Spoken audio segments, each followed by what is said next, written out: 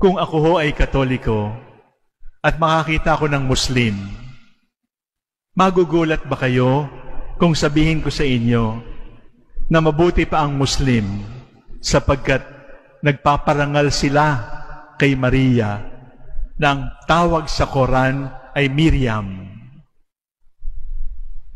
Mabuti pa ang Muslim sa pagbasa nila ng Quran, nakikita nila sa Quran kung gaano kalaki ang kadakilaan ni Miriam, ni Maria.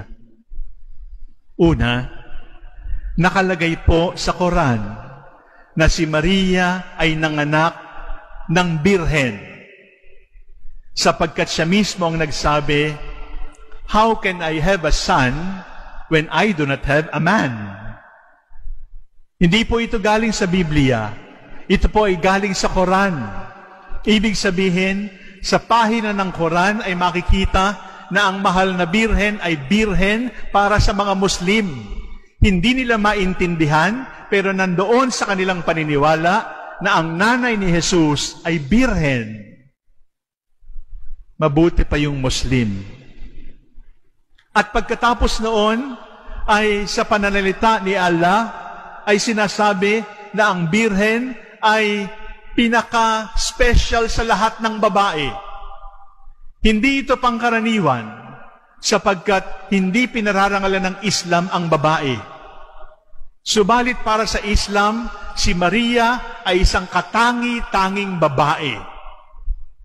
Katangi-tanging babae kung papaanong sa Biblia ng Kristiyano ay sinasabing, "From all generations, I will be blessed. All generations will call me blessed. Holy is His name." Mga minamahal kong kapatid, sa Quran, naroon din yung kapalaran ng marami sa atin. Ano yun? Si Miriam, si Maria sa Quran, ay napagbintangan ding taksil. Napagbintangang taksil sa kanyang asawang kasintahang si Jose. Pinagbintangan at halos ay ipapatay. Alam natin ito sa ating kasaysayan bilang Katoliko, pero alam din ng mga Muslim na ang mapagbintangan ay alam ng mahal na birhen. Birhen, tanggap nila. Pinagpala sa babae, pinagpala ni Allah.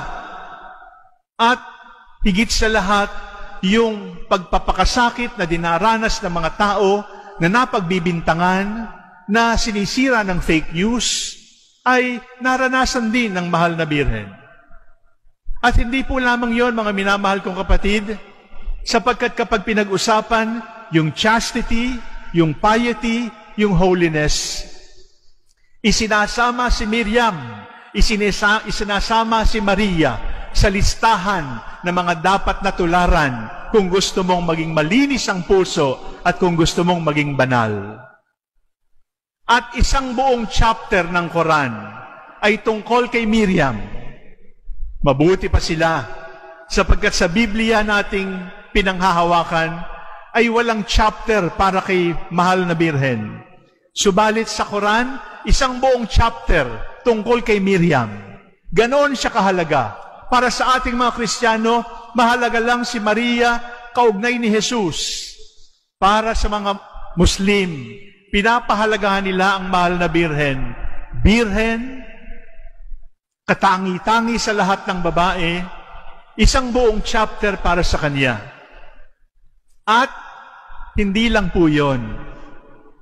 Kay Miriam sa Quran ay sinasabi rin na siya ay kasangkapan ng Diyos, kasangkapan ni Allah para gumawa ng maraming himala.